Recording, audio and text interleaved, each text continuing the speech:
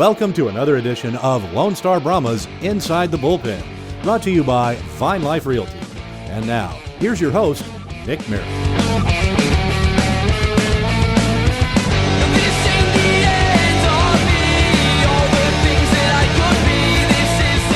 Welcome into another edition of Inside the Bullpen. Nick Marek, Chad Siewert, and Walt Ruff are here in Raising Cane's in our Hearst location. And man, what a day to be alive, Walt. It is our Raising Cane's promotional week as we have some big things to jump into right away as Raising Cane's proud sponsors of the Lone Star Brahmas and NAHL Sports Center. We are here signing up fans to win Raising Cane's chicken for a year. That is not a joke, literally not a drill. We are signing up Canes for a year for our loyal Brahma fans, and they are certainly going to have a heck of a promotion night to do it, too. It's on November 14th. To give the quick rundown, it'll be a Canes intermission shootout activity. The fans who cannot make it to the NAHL Sports Center for that weekend because of jobs, they're watching from a different state. You will be able to watch it on Fast Hockey. We'll definitely keep the feed going for that, so you could see exactly what's going to take down. But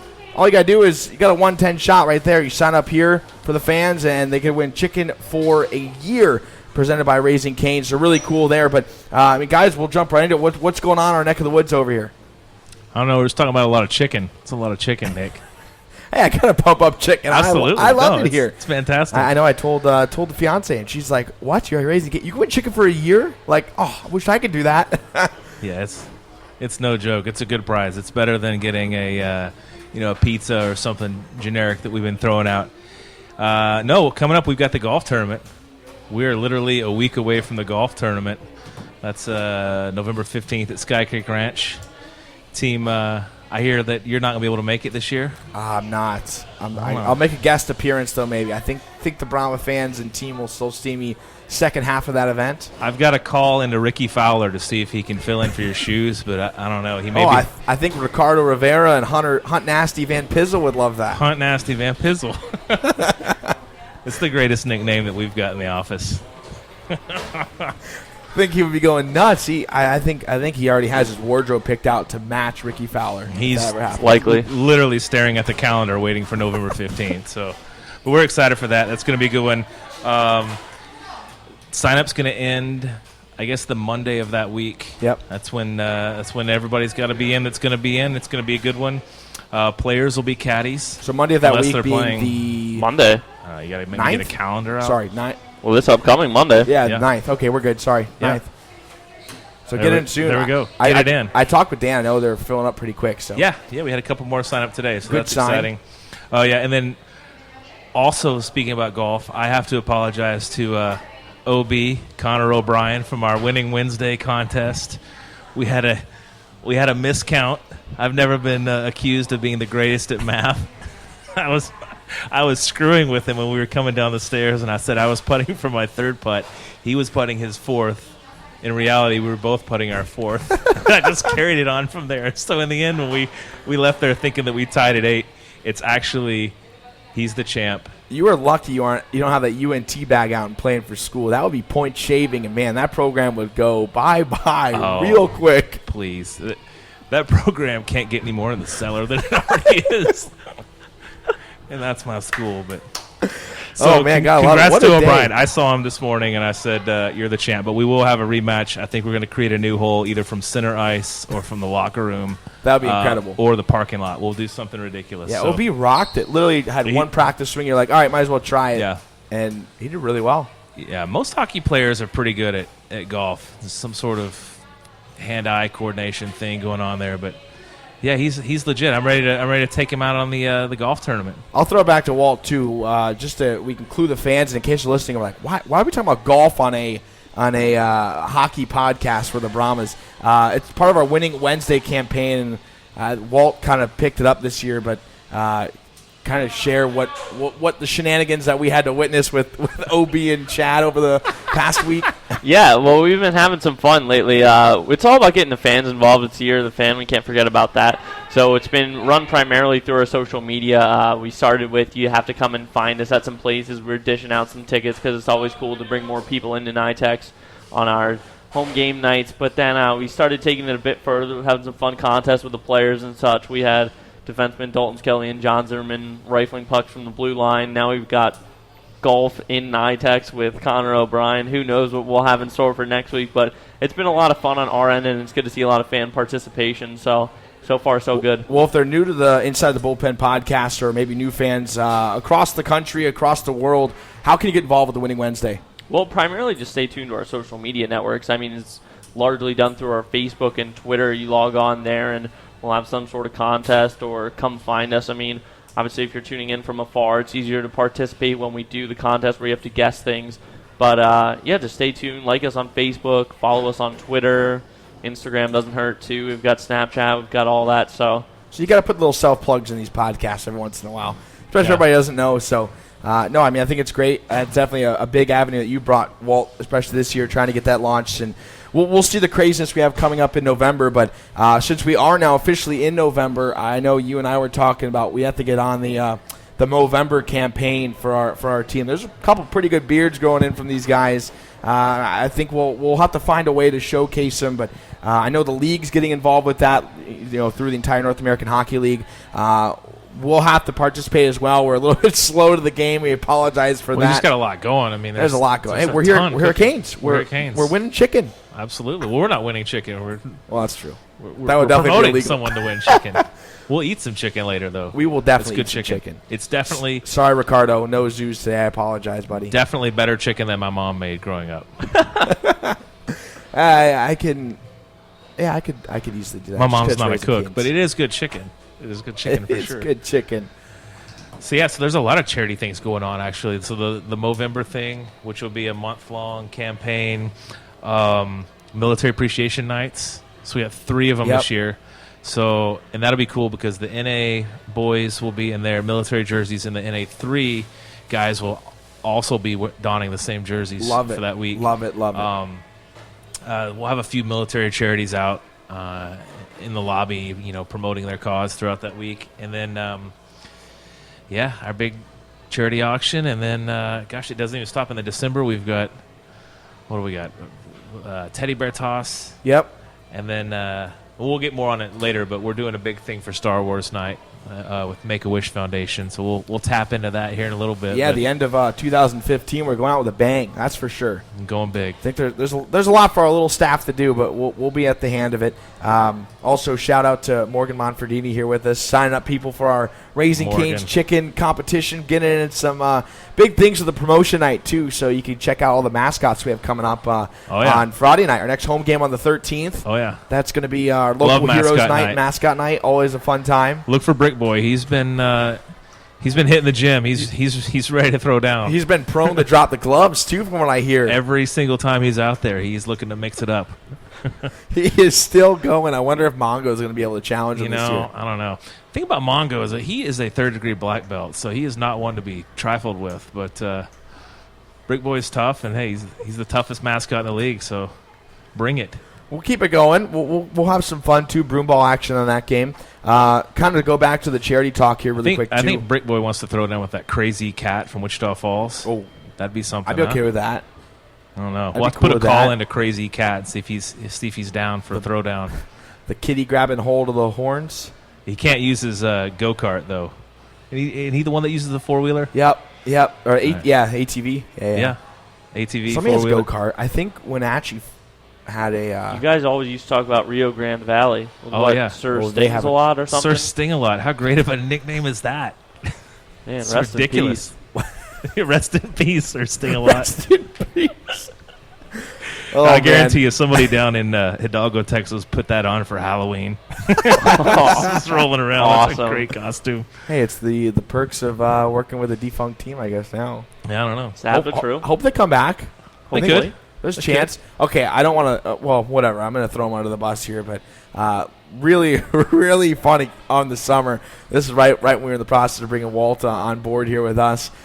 We were talking about it, how the team went away, and then somebody operating their Twitter went on. He was like, team president just said, we're coming back. Like, the bees are coming back or something like that. And we're like, let's bring them back. But it's just funny because we just saw that, and then it just really pumped me up for absolutely nothing. I saw that, and I'm like, all right. And I guess nobody said a word after those tweets. It was like league put out their official release, like they're moving to Aston. This is great for the community. And we're all like, all right, we're moving eastward we go. Let's go. We already have enough in the south. We'll take care of it. And then, and then they came in. They're like, the bees are back, baby. And we're like, huh?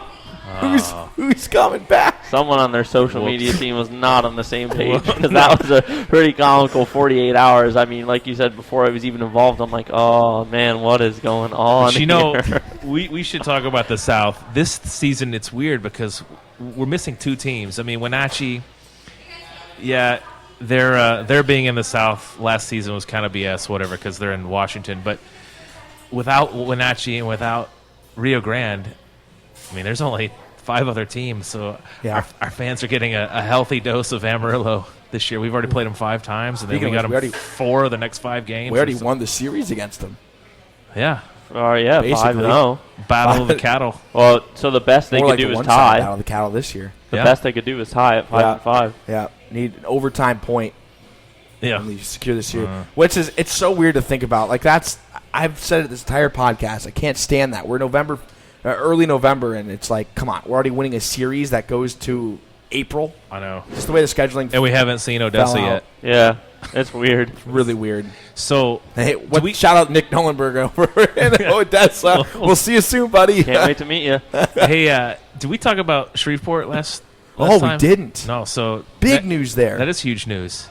And you guys, you haven't seen the true power of Mudbug Nation. It is a hoot.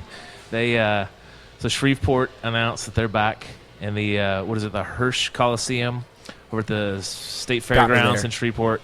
Yeah, the State Fairgrounds sounds right. Yeah, so it's an old arena that they're repurposing, bringing back. They'll have hockey. They'll have an NA and an NA3 team, which is cool. Love that news. So, did not know about the NA3. Yeah. That's cool, though. Yeah, so they're going to be kind of like us, and I guess like Topeka was. Yep. Is kind of in a way. I think the Atlanta franchise is now their own thing. Might still be owned under the same umbrella. Yeah. Who knows? Yeah, I think Don Stone owns them both. But either way, so the Mudbugs are back. It's 3 hours east on I-20 to get to Shreveport. It's an easy trip. There's casino gambling. So that's a big good. perk. So the broadcasters could... the broadcasters, yeah. No curfew for us at midnights. Boy. No, just kidding. Boy. Just kidding. I'm totally out. I didn't know it was that close. Yeah, 3 hours. Really close. It's 3 hours. And the drive's not bad at all because you drive through Tyler or Longview. I mean, it doesn't seem like 3 hours. Right. Yeah, there's actually stuff to see. When you drive down to New Orleans like I did over 4th of July, there is literally small towns and then nothing for about 8 hours. And it's like, I'm literally seeing the same scenery. Like I remember we took a nap and woke up. It doesn't even look like he moved because the trees are the same, the road's the same. You're on like that raised highway because of the swamplands below. Which is like, it's cool because it's part of Louisiana. Yeah, Louisiana Bayou, like it's part of their state, but it's a brutal drive. Not the Shreveport, though. That is a good trek. Yeah. Everything else after that, it's a little iffy. You go through the piney woods of East Texas, see a bunch of pine trees. It's good stuff. Their fans are the best, though, because they support that team. I mean, I don't know. I don't want to bag on Shreveport, but there's not a lot going on there. There's no major football team. Yeah, there's nothing compared to the Dallas-Fort Worth area. Or as Hunt Nasty Van Pizzle would say, his favorite golfer, David Toms, is based out of there. Oh, that's big news. But other than that... Well, I'm excited to see what the rivalry is going to be like. I know you always talk about it in the office with the Central Hockey League days, probably on a weekly basis. I know Dan's mentioned it on a weekly basis as well whenever I talk to him and all the connections he still has back in Shreveport. So it'll be interesting to see kind of how they grow into the league. And I want to know if they're going to join the South Division or if there's going to be a complete realignment. No. Like they're definitely going to play the Brahmas. But if there's 7 teams then in the South, you got to shuffle something up. Oh, no, if they don't play the Brahmas, I'm going to flip my desk over and walk out. I think 100% they're playing the Brahmas. But now, like, I have to wonder about a team like Topeka. No, what's going to happen with Topeka? Are they going to go to Springfield? Like, are they going to have to realign the Central? I don't know. Somebody's going to get ousted there. Inquiring minds want to know. That's a great point to make because I believe, last year the South had 7 teams? Right. But now that... No, 8 last year with Wenatchee and Rio. So it's possible that they join right back into the South. But like you said... If Topeka's around next year, they could play. I would assume they're not too far from Springfield in that gang, but Yeah, they're Play kind them of at a least 6 hybrid. I mean, they times. play in the South, but it's kind of a hybrid thing. Right. They play all those teams up there. But remember when Giles was on and we talked to him, we said, what was that question we asked him? Who's our biggest rival? And Right. He didn't really know. He didn't know. He stammered and futtered around. And He then should have guessed the finally Wildcats. I guess the Wildcats, they're closest. But there will be no question. It will be the Mudbugs. No question. Well, I feel like both fan bases would travel well. Oh, yeah. The Brahmas already do. But I think, like, to be a rivalry, I mean, Wichita Falls probably sends about 10 to 20 or so. Which is about what they have in their arena at a home game. Brutal. Throwing the gauntlet, but yeah. The crowds should be a little bigger. It's tough. Call them like we see them. Not wrong. True. But yeah, Wichita Falls brings their whole fan base. Shreveport, it's just different. I mean, they've got this group called the Mudbug Boilers, which is their fan club, and they had a bunch of chants and everything. Well, they had another fan club that was there, but they recently went away, right? I wonder if they're going to come back now. I would imagine. Yeah, This is going to be great. It'll be great. This is like a high school reunion, but in hockey. Yeah, and they'll have. There's going to be a lot of corporate support there. I mean, they've got a lot of business in that area that'll be all about supporting that team. So the first couple years of that club are going to be awesome. And they got great mascots. We were talking mascots earlier. Oh. They've got Claude. I would love that. And then Little Claude. Little crawfish. Yeah, it's a crawfish. Claude. And then they've got a That's little. genius. They got a mini one too that a kid wears. No. Yeah, so it looks like a lobster and a crawfish. Unreal. But it's ridiculous. Awesome. It's ridiculous. Wow. So yeah. I think a good prank would be putting that baby on for a while. Oh yeah. Go over there and be like, "Oh, April Fools! I'm just gonna take Claude for me." We had actually We like inquired him. with their old owner about getting Claude to come out for mascot night. I don't think it'll happen. I think they got to locate it first of all, and then find a way to get it here from Shreveport. But we'll definitely be seeing Claude and Little Claude here. And their Claude Jr. website's active. It's what Go Bugs Yeah, it's something like that. And with go, the GAUX. yeah, go with the French. Louisiana Go. Right. Right. Yeah, the French. I mean, obviously, the only thing that I worry about with that is they'll have to, if they're joining league, they'll have to have a point streak site for next year. Yeah, But for now, they do have the temporary. we've kind Go of You can Dog link site, all that too. up. Yeah. I mean, when you look on their site, it just looks 20 times better than ours, just because of what you could do if you're outside of Man, if Sad only we but knew true. somebody who could help the website. But bump. Staring at him. There's only Yeah. so much you can do with it. You can't No, code anything. You're right.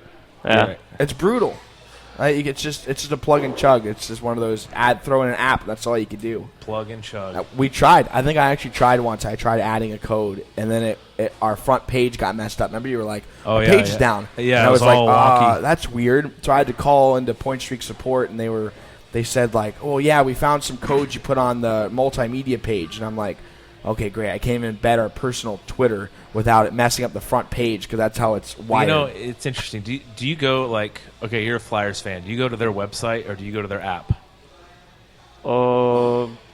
I mean, most times I'll actually probably go to the NHL app itself because that's pretty handy. Yeah. And then they've got a lot of Flyer stuff on there. But for most of my articles that I read on the Flyers, I'll go through Twitter, honestly. Yeah, like I probably agree with that. I'd probably go Twitter website then the actual app. I don't ever go to the Senators website. I'm always straight on the app because they've got all their videos and stuff linked on there. Obviously, I'm not really interested in buying tickets being 6,000 miles away, but Yeah, well, there's some good and bad apps. Kind of depends on how you still they have run to it. have a website for sure. But Yeah, One thing that I actually like the most, the LA Kings have their own personal keyboard, which is kind of cool, that I have on my phone. They've got emojis for every player, and it's their face. It's technically a sticker. And Okay. then they've got GIF files that you can plug in. I think that's pretty cool. But other than that, I don't know of anyone else doing anything like that. I think the Kings do a great job in general from their social media, but oh yeah, I think they do a lot of things well over there in LA. they do a lot of things that Well, unfortunately you're a fan of all we kinds can't of do. teams. But I don't know. I just try and stay in the loop and follow whoever I can and see what kind of creative ideas they're pumping out and what's feasible for us to do and whatnot, and what we can't do without getting in trouble. one love, baby. One love is all I have to say. One love.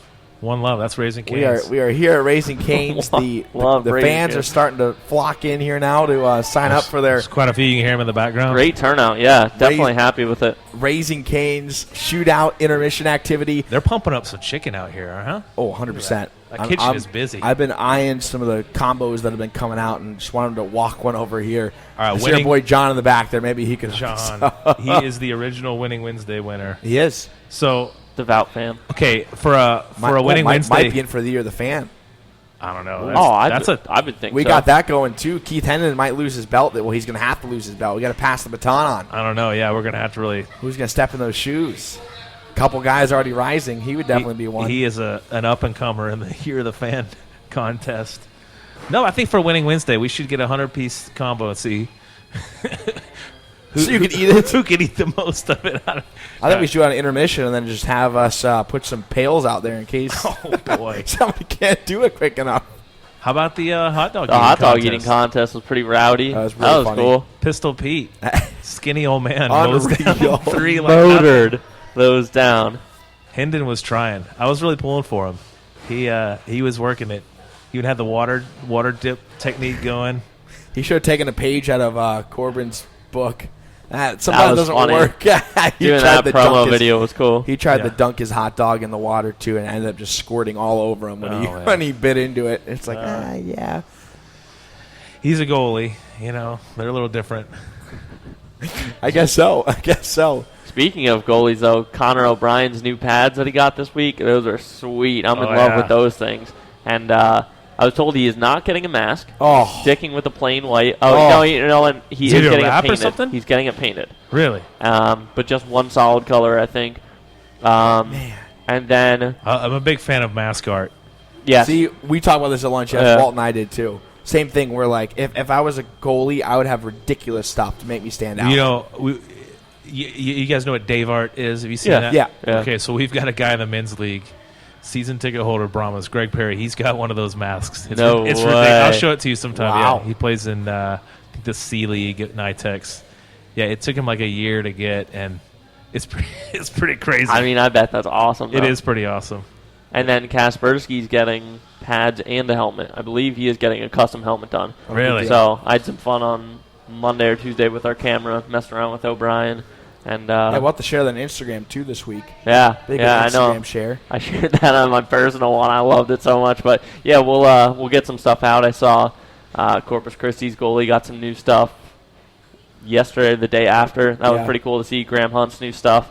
So it's cool. I'm a big fan of goalie equipment. I tried to play goalie once and it was just horrendous. So yeah, it's the worst job in hockey. You're crouched down the whole time, and everybody's just firing pucks at you. It's awful. But the equipment is unreal. I'm It's a big always fan one of of goalie those equipment. it's always eyes on the goalie if a team loses too. Yeah. They're kind of like they are the quarterback of. Oh yeah, a good goalie, and look what you can do. Look at last year, and look at this year. Yeah. When you get two good tandems, you're firing. No knock on all teams. the 13-14 Brahmas, but we went through 7 goalies before TJ Black emerged from an ever-changing pack of competitors. Right. To settle that thing down. I think it was like December before we actually started consistently winning. Too little, too late. But Speaking of good goalie competition and good goalie play, NA3 Texas Brahmas with a player of the week and Tyler Myers, a shutout that Walt got to call. We'll have to get into the solo call too from him. Yeah. So he got recognized. Both I know Kaspersky was the honorable mention goaltender of the month of October. He went 3-1, had like a 92 save percentage. He didn't was like face a that many shots, 1.5. though. He only allowed like a goal and a half a game. That was That's crazy. solid. I mean, the team's defense in general is unreal. Right. Like, you look at O'Brien's, you could have been like, okay, well, you could have put 1A, 1B. Right. I think his stats were literally he had one less win because of the way they played, and his goals against was like a 0.1 higher. So they're both like under 1.7 allowed. It's like I don't know if you could. I don't know if we have a bona fide number one. No, same. It's same thing as last year. They're gonna have to run the Friday Saturday. Like I don't know how you give one of those goalies. I mean, like both have played 6 games. Once O'Brien's 4-0-1, and then Kaspersky's 4-1. That's pretty solid. Yeah.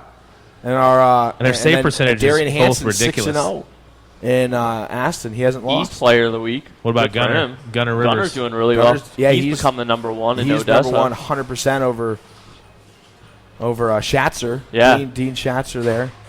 Yeah, So- it's big. I mean, all the Brahmas alums who are moving on are doing huge. So who's doing the Brahmas goalie recruiting?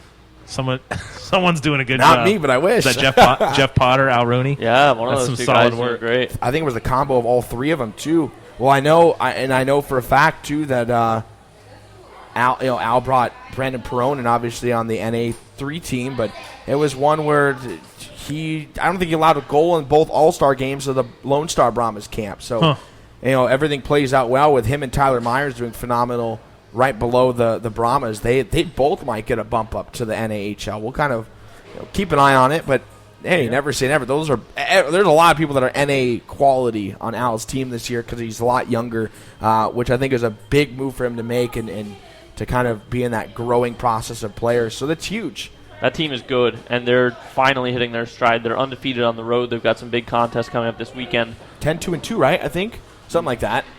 It's either 10-2-2 or 9-2-2. Yeah, one of those. ballpark. Yeah, They just beat Euless like a drum this weekend, didn't they? yeah. It wasn't very close. Speaking of, that was Nick was out a little recruiting trip up north. Yeah. So how was the one-man show? I got done when I needed to. I'm not the biggest fan in the world of solo calls. Did that all throughout college. Not fun. Not a big fan of it, but no, it was cool. It was a good experience, I'll say. It's tougher. You got to find that rhythm. Yeah. It's great that the fans can hear us and get more voice on the broadcast, and we can throw some interviews and things in there. It's always it's a perk. Yeah, It's a big perk for the viewers too. Yeah, I'm happy that I'm able to work as your number 2 this season for Lone Star because I would not want to be doing both teams as the number 1 and only one. And I don't know how you did it last year, but good for you because I would not want to do that at all. We made it work. Oh yeah, I don't got think it going. it was good. It was good last year. It's fun too when you do it that way. I mean, it's all part of the experience. It's definitely it's a lot, especially when you get both teams on the road, both at home, which is also why going back to the November games over Thanksgiving, there's gonna be a lot of hockey for our fans with those with the military jerseys too, and then the auction afterwards. Actually, post-game skates there as well. Chad, you didn't even mention that one. I know there's a post-game skate in the Friday and Saturday after the NA Brahmas games. No, it's Wednesday. The Wednesday before Thanksgiving. Oh, that's right. It's post-game skate with right. the players. That's a Brahmas tradition we've done. This will be the 9th year that we've done that at NYTEX. So it's a lot of fun. Walt and I will quick our post-game show and get out there too. Yeah, You should actually take a wireless mic out or something. And we will 100% throw a piece together off of that. It was during our preseason game. But I didn't even really know anyone, and we had a post-game skate, and I went down out there on the ice, and it was the game you had missed. And they asked me, like, oh, you're going to skate with us sometime? And I was like, well, I guess, yeah. So I'll put them on for that. That's going to be a lot of fun. Yeah. Are you going to have a voice that weekend, or what? We've got, seven games in 4 days? Well, we're sharing duties there. That's where you're going to turn to number 1. I'll turn to a number 2. But should we, Year of the Fan, pull somebody out of the stands to do a little announcing? We should. That'd be good. Get a little color commentary during one of those. Or our off-ice official, Howard Stone. We'll bring him in, put him on a microphone. Absolutely. Totally do that. I am up for that. Oh, yeah. I know he's well on his way into the broadcasting hall I think of fame. Hunt Van Nasty is I think he's been hiding out. I think he might have a voice. He's that shy type. He could be an explosive he loves sitting up broadcaster. next to us and listening to us. I mean, it's cool to have him up there. One of these days, you're going to get something in your throat. You're going to be choking or something. Not in a bad way. Or you're going to be caught up, and he's going to grab the mic and just be like the golden voice of hockey. That'd be unreal. Can you imagine that? Like a savant. Just be like, and you've been hiding in the sales the whole time. Right? So pulling back to our side of things. Here's a fun fact. You want a Brahmas fun fact? Yes. Okay. Our leading penalty minute is our Finnish enforcer, Samu. Yeah. You believe that? I did know that. And it's not many. It's because of his fight this 27. past weekend. Yeah, oh, totally. Probably about 17 minutes now. 27. Oh, okay, so he has about 5 minors in there. Well, No, it was 5 and 10.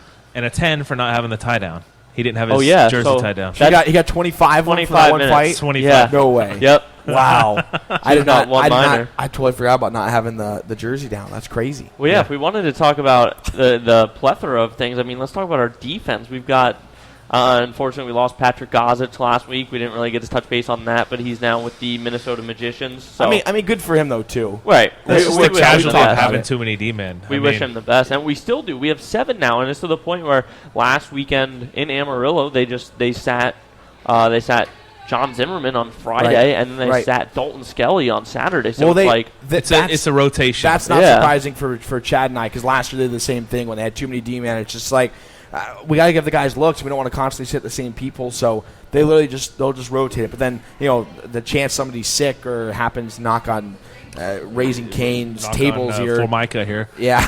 Oh, there's wood. If there's an injury, then at least you have the man. They've had the game time experience. Everybody's kind of at the same level. I guess it kind of hurts you for that Iron Man belt. Has anybody ever worn that yet? All 60 games played? I don't think so as a Brahma. that could happen this year. I want to say Hogan Davidson did that. No. Last year? No, nobody did last year. 100% nobody did last year. It had to be the first year when I wasn't here. I know. It's a very rare thing in hockey. I mean, that's like the most ridiculous. Here, we're pulling out our smartphones and Raising boy. Canes to check it out. I think I'm going to have to follow suit here. I don't know. Well, I know Hogan. I'm about to jump behind that counter and grab some chicken, though, I tell you what. Well, while we're looking for that stat, for the fans over the upcoming schedule here, there's going to be games on the 13th, 14th at NITEX. Then we have the Big Brahmas on the road and the NA3 Brahmas an off weekends.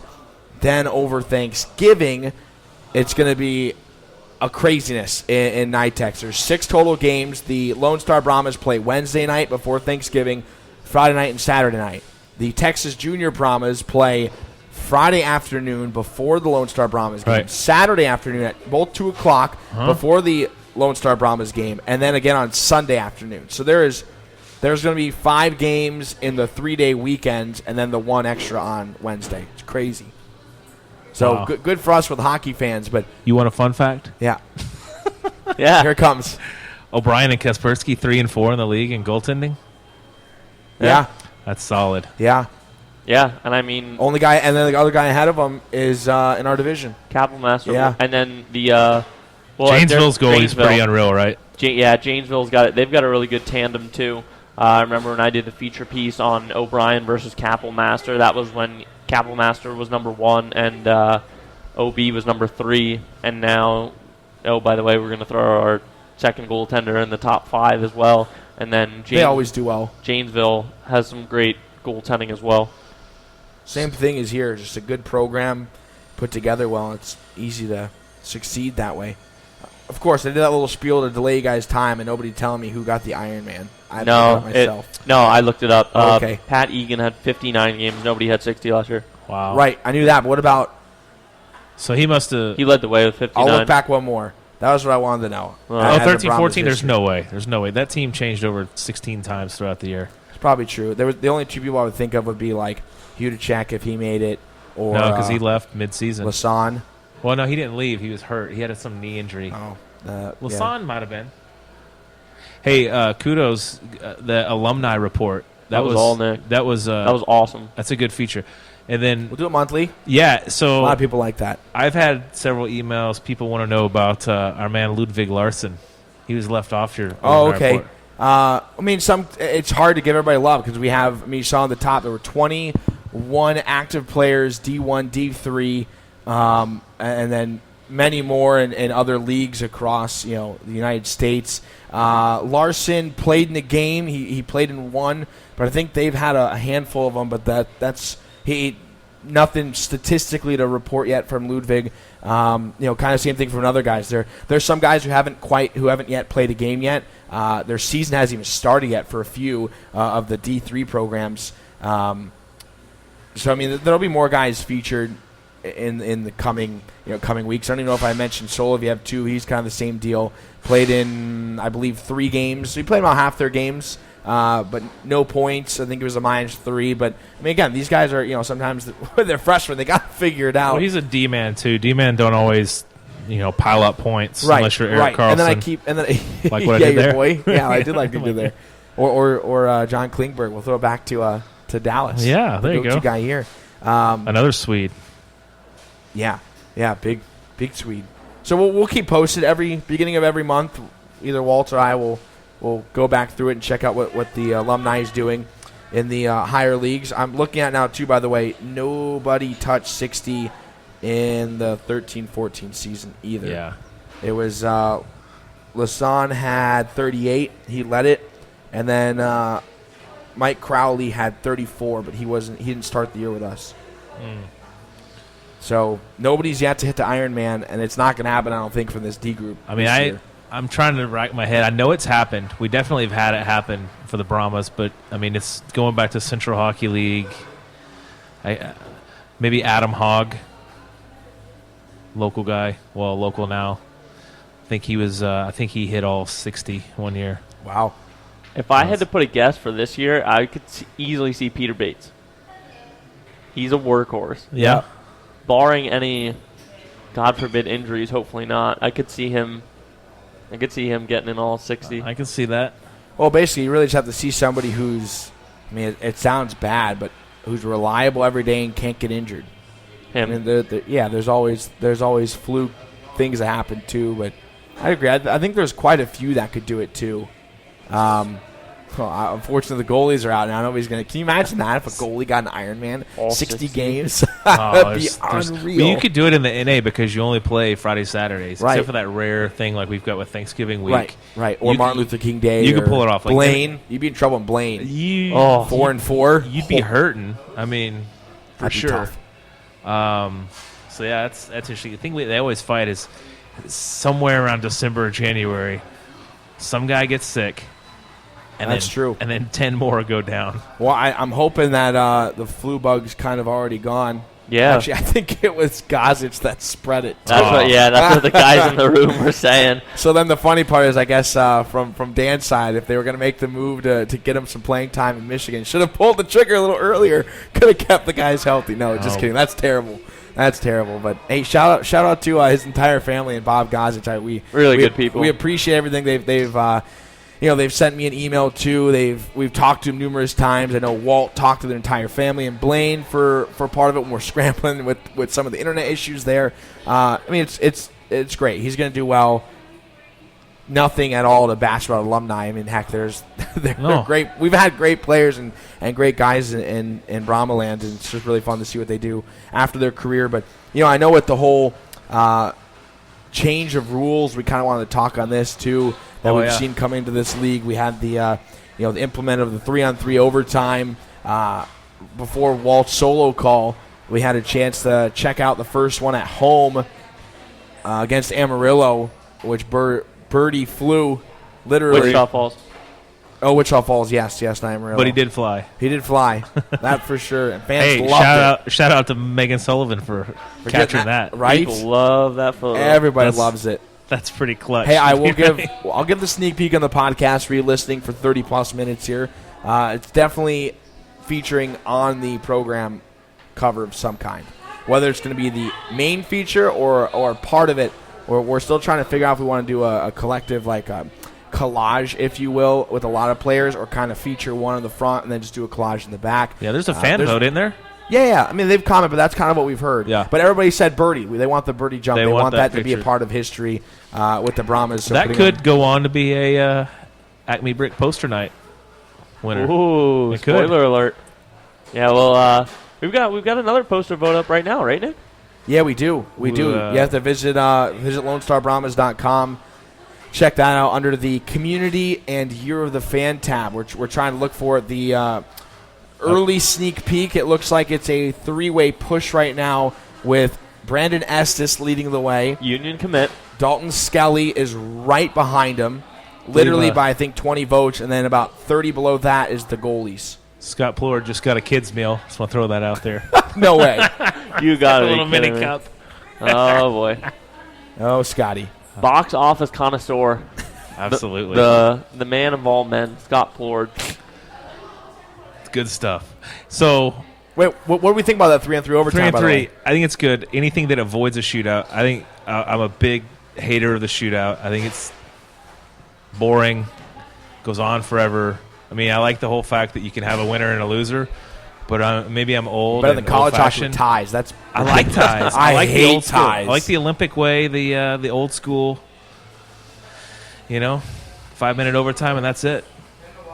Three on three. Yeah, I like 3-on-3 a lot. It's actually funny, though, because I've been seeing on Twitter lately a lot of NHL guys do not like it, which I was surprised at. They think it's, some have even been quoted as saying it's even more of a gimmick than a shootout. They say it's not real hockey. They say it's too much open ice. But are these people who are just not getting ice time? I mean, is that part of it? No, it's big names like Dustin Byfuglien from the Jets. A lot of New York Rangers have been saying they don't like it. So I hear that not Dallas is about the deadliest team in the 3-on-3 scenario. Oh yeah, I mean you have two. you have to throw your best line out that you could possibly make, and they have the best, arguably, in the NHL right now. They're scorching it right I absolutely love it. I love the speed. I love the separation, and I like how there's no downtime. It's literally hockey on steroids, because if there's one chance the other way, it's going to be a 2-on-1 breakout on the opposite side of the ice. It's just back and forth. It puts a lot of pressure on the goalies. I can see why they say it's kind of a gimmick, too, because it basically is a 2-on-1 shootout is all that it equates to. But you know what I wish they would do is I wish they would just go playoff style, continuous OT, because it won't 3-on-3. It's never going to last. I'd be okay with that too, but I don't think they would ever do that. No. They got to get. God, we couldn't do it in ITEX. All the adult league games afterwards. Can you imagine that? I mean, yeah. Game that starts at 11, now starting at 1. Yeah, that is the down thing of having so many adult league teams. Is when those games go to overtime, you guys don't hear it because you're up in the booth, but. If I'm down in the we see them lining up. Yeah, they're lining up. They're dressed. They're ready to go, and then they are cussing the Brahmas big time. Like, oh God, it's overtime. Just end it. Anytime somebody gets the puck, they're shoot, score. One thing I'll say about 3-on-3 that I'm thankful that the NAHL does not do. I was watching an AHL game 2 weeks ago. Oh, Nick yeah, this was dumb. They do a full Zamboni scrape between the third period and brutal. overtime. And I was watching back on the Hershey Bears broadcast, and those guys were just losing it. Because it took 7.5 minutes for a Zamboni scrape between third period and OT, and you lose all momentum. Everyone's fully rested. Essentially, it's half of an intermission. Yeah. Plus, what do the fans do? Like, they don't have really time to go grab a beer. Most arenas quit selling. I'm thankful we do not do that. I'll say that much. Yeah. It's great. That would never happen. I like the 3-round shootout though. Walt and I got to see it against Fairbanks and Blaine. Better than the 5 in my opinion, because if you do 5, it's just that worked out pretty well for Fairbanks. Yeah, it did. It did. Also, check out the new article too on the Brahmas page with the rankings. They just the Junior Hockey News does a Tier 2 rankings now with all the Canadian teams, the North American Hockey League. Since the NHL is the only Tier 2 in United States, there are 10 Tier 2 teams in Canada. So there are 11 teams, 11 leagues total pulled from. The Brahmas rank 5. Wow. So who's ahead? Fairbanks is 1. Okay, I can see that. So Fairbanks was 1. A team from the NOJHL was 2. I don't know Canadian juniors very well. What is the NOJHL? Northern Ontario? New Orleans Junior Hockey League? Might as well be. Your guess would be as good as mine. Well, they've got the Wichita Falls was the CCHL. That's up in like the Ottawa area. Gunner played there. Well, that's what it. Yeah, Hansen played there too before he came to. Is the BCHL's there? Is the OJ Tier 2 Ontario Junior Hockey League? These are all good questions. You ready? I'll throw it up. It's all under the CGHL. What is BCHL? That's BCHL's too. Yeah, Tier 2. So that's got to be in there. So we've covered. Well, I know where Devin Pierce is playing and Sam Gagnon are both. That's OJ. Well, are they counting the OJ's Tier 2? The WSHL is Tier 2 now? No. Yeah. No, it's only the NA. Okay, so here. Oh, I don't know if I'm going to be able to pull it out. It won't work on mobile sites too well. While you're pulling that up, so Fairbanks, top 3 guys in scoring in the league are all for Fairbanks. How ridiculous is that? Coombs, Burgess. I was just looking at some of the names. Coombs and Burgess. I've seen those 2 guys have been doing well. I think Burgess was really impressive when we saw him in the showcase. It's like, are they winning games 10-0 up there or what? Well, they're playing Kenai River quite often. Oh, shots fired at Kenai River. I mean, no, but seriously, it's true though. I believe they've struggled a little bit to start this year, and it would. I don't know. I mean, it's kind of. You could make the same argument against us though. Oh, they're playing Amarillo all the time, and we're 5-0 against them. So yeah, but here's the one kicker though too is. I thought about that as well, but I looked at the standings, and Brahmas and Wildcats, who, by the way, which this the Junior Hockey News ranked both in the top 5. Wildcats? Wildcats were ahead of the Brahmas, obviously because they're the higher team in our standings. But we are the only 2 teams in any division to be over a 70% win success in the South Division. So the South Division has 2 over 70% of the games they'll win. And then everybody else only else has is 1. And then everybody else is kind of just mediocre. Yeah. Which, like, yeah, I mean, sure, it comes when there's 6 teams. You're going to have some that really rise, some that really fall. But, I mean, it's kind of like there's the Brahmas and Wildcats, and there's a couple teams at 500, and there's 2 bad teams, at least as of right now for the first quarter of the year. Interesting. I mean, obviously you can't go back and change it, but just think about how different things would be if we hadn't been swept by Topeka. Right? I know. What would our record be then? You would take away 1 overtime loss and and our only Like regulation loss. 9-1-3 now, right? So it'd be 9. It'd be 11-0-2. 11-0-2. Wichita has played more ridiculous. games than us, right? 2 more, I believe. Yes. But they're like 5 points up, so even if we won the 2, right. so they're Yeah, still they are ahead. slightly better. All right. But here, now. since we sidetrack a lot, we'll go back. The CJHL, I'm not going to guess what all these names are because I'm going to make a fool of myself, but here's the abbreviations or the acronyms of the 10 leagues in Tier 2 Canadians.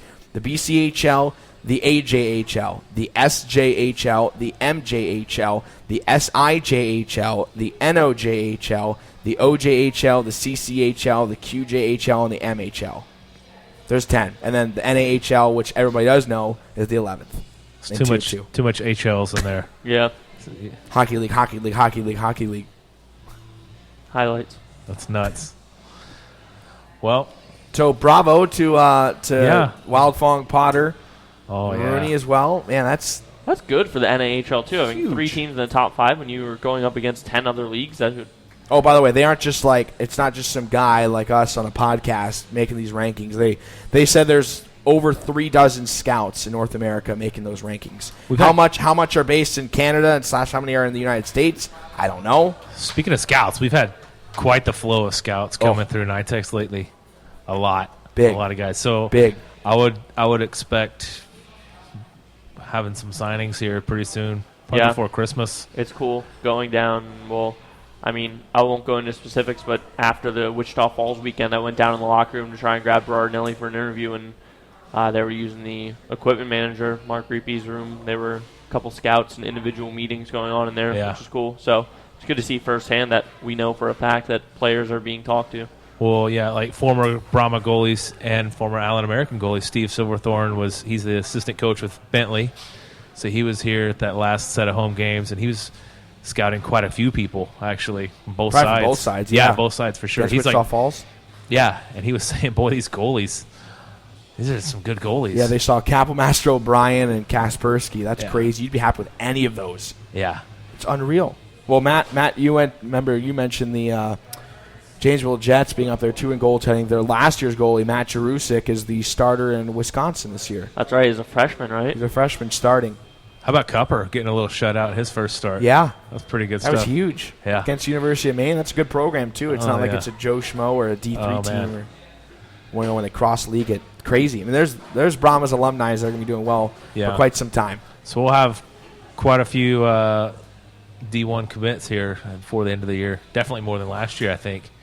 I think so, too. I talked to Walt about this as well. We love having this conversation. We were like, we try to break it down. We won't say the names, but we were – I threw out a number. I think I said 14.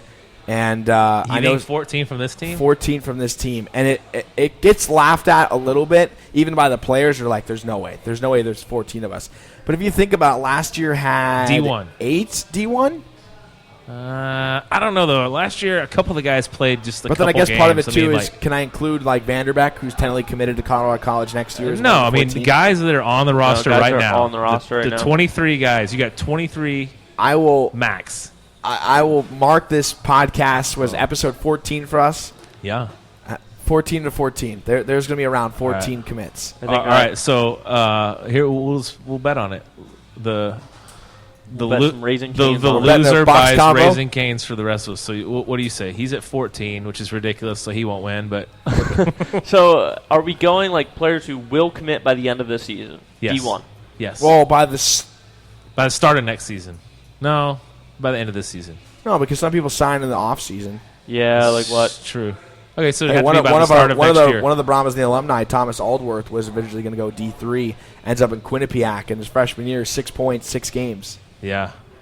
All right, so D1 by the end of this year, I'll say 8.